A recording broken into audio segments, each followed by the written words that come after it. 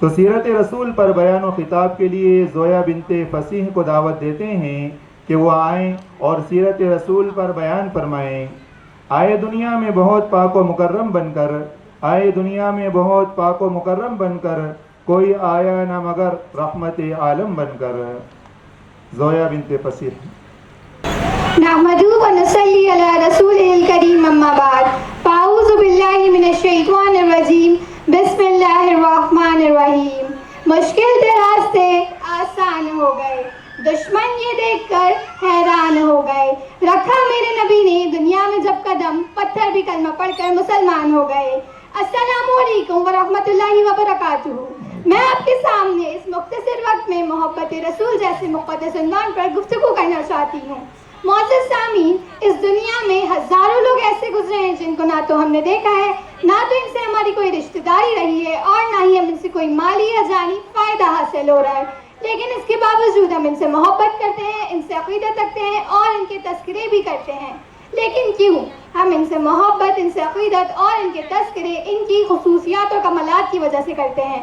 جیسے کہ ہم حاتم طائی سے محبت کرتے ہیں. ہم حاتم طائی سے محبت اس کی ثقافت کی بنا پر کرتے ہیں. ہم نوشیروہ سے محبت کرتے ہیں تو اس کے عدل و انصاف کی بنا پر. ہم فردوسی اور سعدی سے عقیدت رکھتے ہیں تو ان کی علم اور حکمت کی وجہ سے ان سے عقیدت رکھتے ہیں. ہم مصر کی کلیوپیٹرا کا نام لیتے ہیں تو اس کے حسن و جمال کی بنا پر اس کا نام لیتے ہیں. لیکن کیوں؟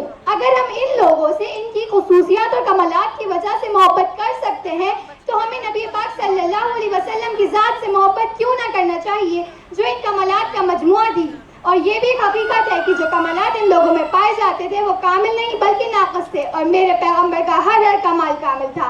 میں حاتم طائی کی ثقافت سے انکار تو نہیں کرتی، لیکن حاتم طائی کی ثقافت بھلا میری نبی کی ثقافت سے کیسے مقابلہ کر سکتی ہے کہ جس نے دوستوں کو بھی فائدہ پہنچایا اور جس نے دشمنوں کو بھی فائدہ پہنچایا، جس نے ظاہر کو بھی مالا مال کیا اور جس نے باطن کو بھی مالا مال کیا، جس کی ثقافت کا سلسلہ اس دنیا میں اس کے جانے کے بعد بھی جاری ہے. وہ دنیا میں بھی نوازتا تھا اور آخرت میں بھی اپنی امت کو نوازے گا. میں نوشیروہ کے عدل انصاف سے بھی انکار تو نہیں کرتی، لیکن نوشیروہ کا عدل انصاف بھلا میرے رسول ہاشمی صلی اللہ علیہ وسلم کے عدل انصاف سے کیا نسبت رکھتا ہے کہ جس نے عرب کے ظالمانہ ماحول میں عدل کے میٹھے چشم جاری کر دیے، اور جس نے یہ تک کہہ دیا کہ میری بیٹی فاطمہ بھی اگر چوری کرے گی تو ہم اس کے بھی ہاتھ کاٹ دیں گے. میرے دوستو، ہم مصر کی کلیوپیٹرا کا نام کیوں لیتے ہیں؟ کیونکہ خاک کو آسمان سے اور ذرے کو پروت سے بھلا کیا نسبت ہے. میرے پیغمبر کا مقابلہ تو مصر کا وہ حسین بھی نہیں کرتا جسے دیکھ کر چند عورتوں نے اپنے ہاتھ کاٹ لیے تھے اور ان کے ہوش و حواس گم ہو گئے تھے. کمال حسن یوسف پر فقط عاشق زلیخا تھی. خدا خود جس پہ عاشق ہے وہ صورت ہے محمد کی. آج دنیا والے کسی دیانت پر ناز کرتے ہیں تو کسی کی ذہانت پر ناز کرتے ہیں، کسی کے حسن پر ناز کرتے ہیں تو کسی کی ثقافت پر ناز کرتے ہیں، کسی کی دولت پر ناز کرتے ہیں تو کسی کے ایثاروں پر ناز کرتے ہیں. تو میں اس نبی پہ ناز کیوں نہ کروں جس میں یہ ساری خصوصیات پائی جاتی تھی؟ میرے نبی کے اندر صداقت تھی جس سے ابو بکر صدیق بن گئے. میرے نبی کے اندر عدالت تھی جس سے عمر فاروق عادل بن گئے. میرے نبی کے اندر ثقافت تھی جس سے عثمان غنی سخی بن گئے. میرا نبی بہادر تھا جس سے علی شیر خدا بن گئے.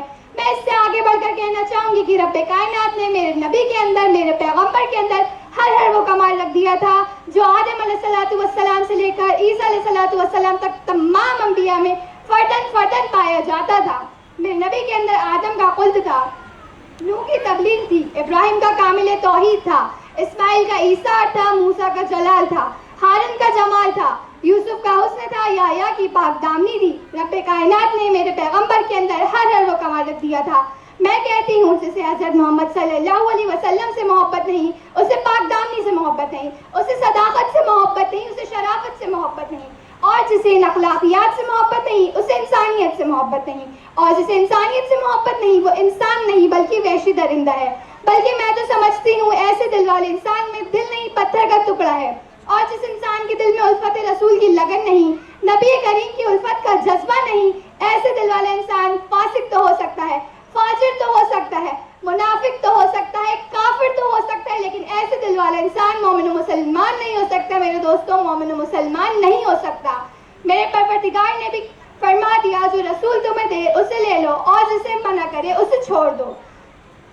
میرے نبی نے فرما دیا لا یؤمن احدکم حتی اکون احب الیہ بوالدی وولدی والناس اجمعین. تم میں سے کوئی شخص اس وقت تک ایماندار نہیں ہو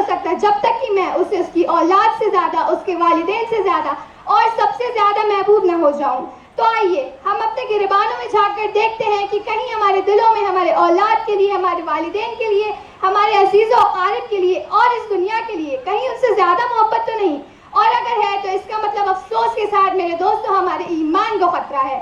آخر میں صرف ایک بات کہنا چاہوں گی کہ تمام بیرونی طاقتوں کو ہم سے ٹکرانے سے پہلے یہ بات کبھی فراموش نہیں کرنا چاہیے کہ ہم مسلمان ہیں، ہماری رگوں میں خون کے بجائے محبت رسول گردش کرتا ہے، ہم دین محمد کے وفادار سپاہی ہیں، مر جائیں گے ایمان کا سودا نہ کریں گے۔ وآخر الدعوانا ان الحمدللہ رب العالمین۔ ماشاء اللہ، ماشاء اللہ، اللہ تبارک و تعالی۔